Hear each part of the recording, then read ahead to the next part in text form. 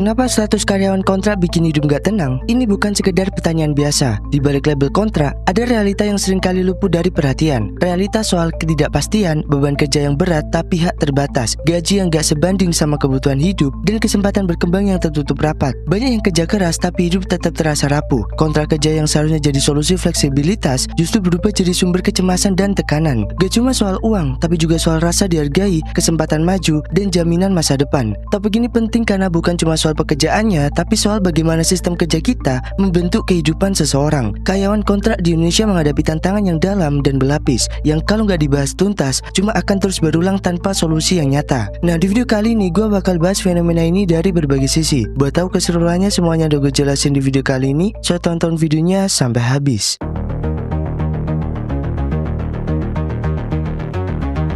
Masalah paling mendasar dari status karyawan kontrak itu adalah ketidakpastian. Bukan cuma soal diperpanjang atau enggaknya, tapi tentang gimana lo dipaksa buat terus hidup dalam situasi yang serba nggak pasti, tanpa kepastian kerja, tanpa kepastian penghasilan, dan tanpa kepastian arah hidup ke depan. Ini bukan cuma bikin orang nggak nyaman, tapi ngancurin stabilitas hidup pelan-pelan dari dalam. Lo kerja keras setiap hari, ngelakuin tugas yang sama kayak karyawan tetap, tapi tiap kali kontrak lo mendekati akhir masa berlaku, lo harus siap mental kalau tiba-tiba disuruh berhenti. Di Indonesia, sistem kerja kontrak sering banget dipakai bukan karena kebutuhan fungsional, tapi karena perusahaan pengen ngurangin tanggung jawab mereka. Dengan nempatin lo sebagai karyawan kontrak, mereka bisa lebih gampang lepas tangan. Lo nggak dapat pesangon kalau diberhentiin, lo nggak punya jaminan diangkat jadi tetap walaupun udah kerja bertahun-tahun. Padahal lo udah kerja di situ lebih dari cukup buat ngebuktiin apa yang harus dibuktiin. Ketidakpastian ini juga bikin banyak orang hidup dalam tekanan. Gak bisa bikin rencana apa-apa. Lo mau nyicil motor, ragu. Mau ngontrak rumah tahunan, mikir 2 kali. Bahkan buat nikah atau sekedar bantuin ekonomi keluarga juga jadi beban, karena lo sendiri belum yakin bulan depan masih punya kerjaan atau enggak. Semua rencana hidup jadi mentok karena fondasinya yaitu penghasilan tetap dan pekerjaan stabil gak pernah benar-benar ada. Yang lebih parah, ketidakpastian ini sering dijadikan senjata buat ngontrol pekerja. Karena lo tahu posisi lo gak aman, lo jadi lebih gampang disuruh nurut. Lo gak berani protes meski jam kerja lo dilanggar, lo gak berani nolak tugas yang gak sesuai job desk, dan lo harus terus-terusan jaga sikap meskipun lo tahu lo diperlakukan gak adil. Kan di sistem kerja kontrak, yang ngejaga posisi lo bukan kemampuan, tapi seberapa patuh dan setia lo kelihatan di mata manajemen. Dan yang lebih makin kacau adalah gak ada jaminan bahwa setelah bertahun-tahun jadi kontrak, lo akan diangkat jadi tetap. Banyak kasus di mana pekerja kontrak terus diperpanjang kontraknya bertahun-tahun tanpa pernah dikasih kejelasan status. Udah puluhan kali tanda tangan kontrak baru, tapi posisinya nggak pernah berubah. Dan semua ini dianggap sah karena sistem hukum ketenagakerjaan kita longgar banget ngasih celah buat praktik kayak gini. Jadi kalau ada yang bilang kerja itu yang penting jalan dulu, itu jelas nggak cukup. Buat banyak karyawan kontrak, kerja bukan sekedar jalan, tapi perjuangan bertahan dalam situasi kerja yang gak adil. Iya lo kerja, tapi lo juga terus-terusan dihantui ketidakpastian yang bikin hidup lo gak bisa tenang. Dan sistem ini terus dibiarkan karena dianggap menguntungkan buat perusahaan, sementara nasib pekerjaan yang gak pernah bener-bener dipikirin.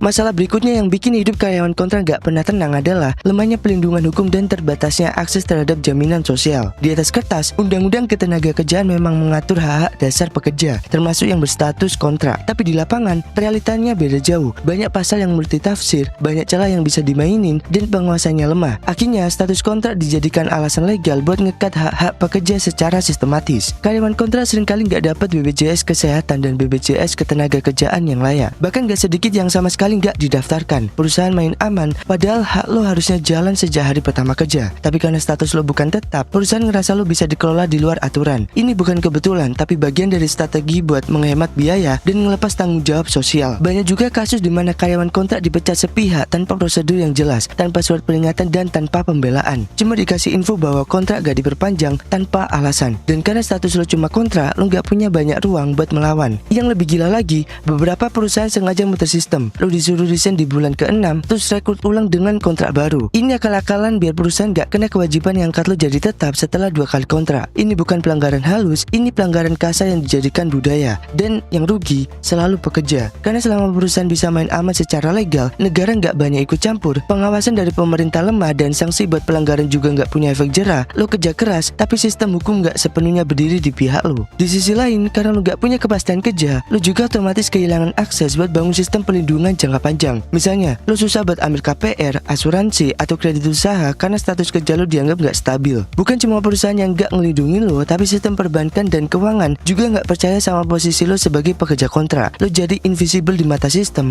walaupun kontribusi kerja lo nyata. Dan yang paling ironis, ketika lo sakit atau kecelakaan kerja, banyak perusahaan yang nggak mau tanggung jawab. Mereka lempar ke outsourcing atau bilang lo tanggung sendiri karena belum resmi masuk BPJS. Ini bukan hal yang kejadian sekali dua kali, tapi udah jadi cerita umum di kalangan buruh kontrak. Gak ada jaminan kesehatan, gak ada jaminan hari tua, gak ada pelindungan kecelakaan. Lo kerja kayak karyawan tetap, tapi dianggap seolah-olah lo cuma numpang lewat. Jadi bukan cuma masalah status, tapi seluruh sistem hukum dan perlindungan sosial yang harusnya berdiri buat semua pekerja, faktanya masih pilih-pilih siapa yang layak dilindungi. Karyawan kontrak jadi lapisan paling rentan dalam struktur kerja. Dan selama gak ada perbaikan serius dari negara dan perusahaan, posisi ini bakal terus jadi ladang eksploitasi yang sah secara hukum tapi kejam secara realita.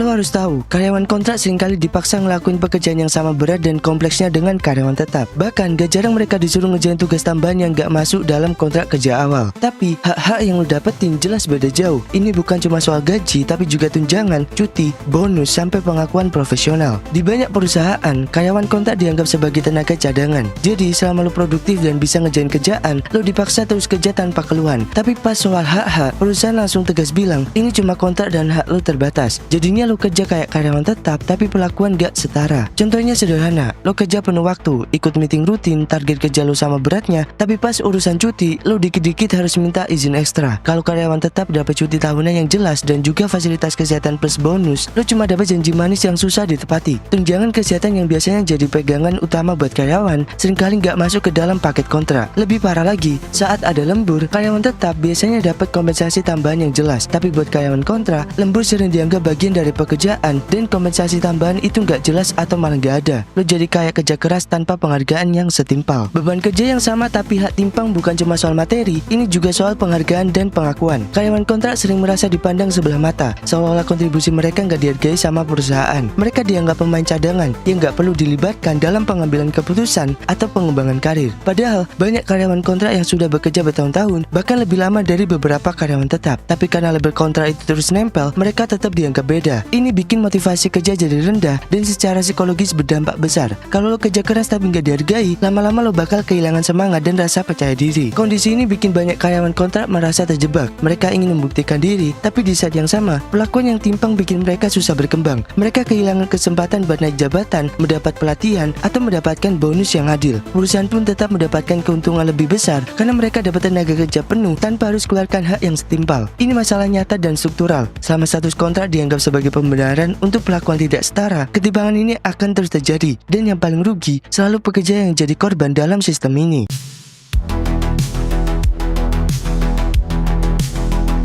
Kenyataannya, gaji karyawan kontrak sering jauh dari kata cukup. Beban kerja yang ditanggung sudah berat, bahkan sama seperti karyawan tetap. Tapi kompensasi finansialnya sangat terbatas. Ini bukan cuma soal nominal yang kecil, tapi bagaimana gaji itu sebenarnya tidak mencerminkan kebutuhan hidup sehari-hari. Di banyak kota besar di Indonesia, biaya hidup terus meningkat tanpa henti. Harga kebutuhan pokok, transportasi, sampai biaya tempat tinggal melambung tinggi. Sementara itu, gaji yang diterima tidak pernah naik secara signifikan. Bahkan ada yang stagnan selama bertahun-tahun. Ketika gaji tidak mampu menutup pengeluaran, karyawan kontrak dipaksa mencari cara lain agar hidup bisa berjalan. Gak sedikit yang harus bekerja sampingan atau mengurangi kebutuhan dasar demi bertahan. Selain itu, banyak karyawan kontrak yang punya tanggungan keluarga, entah itu orang tua, anak, atau saudara. Beban itu otomatis menambah tekanan finansial. Kalau gaji aja nggak mencukupi kebutuhan dasar, gimana bisa memenuhi tanggung jawab sosial dan keluarga? Ini menyebabkan rasa cemas yang terus menggerogoti, karena ketidakpastian kapan kontrak berakhir bisa berarti hilangnya penghasilan utama. Lebih dari itu, kebijakan kenaikan gaji yang minim atau bahkan tidak ada sama sekali bikin situasi makin pelik. Karyawan kontrak seringkali tidak mendapatkan kesempatan untuk negosiasi gaji secara terbuka. Posisi tawar yang lemah membuat mereka menerima apa adanya. Meskipun gaji itu tidak cukup, rasa tidak adil ini makin memperburuk kondisi mental dan semangat kerja. Sistem kontrak kerja yang berlaku saat ini jelas merugikan pekerja. Perusahaan mendapatkan keuntungan besar dengan tenaga kerja yang murah dan fleksibel, tapi pekerja harus menanggung seluruh resiko hidup. Gaji yang tidak seimbang dengan beban kerja dan biaya hidup jadi salah satu akar masalah utama yang bikin hidup karyawan kontrak tidak stabil dan penuh kecemasan. Situasi Situasi ini sudah lama menjadi permasalahan sosial ekonomi yang belum terselesaikan. Ketidakadilan dalam sistem pengupahan dan perlakuan terhadap karyawan kontrak memunculkan ketimpangan yang nyata di masyarakat. Ini bukan hanya soal pekerjaan, tapi tentang bagaimana hidup seseorang bisa terus berada di bawah tekanan tanpa ada harapan yang jelas.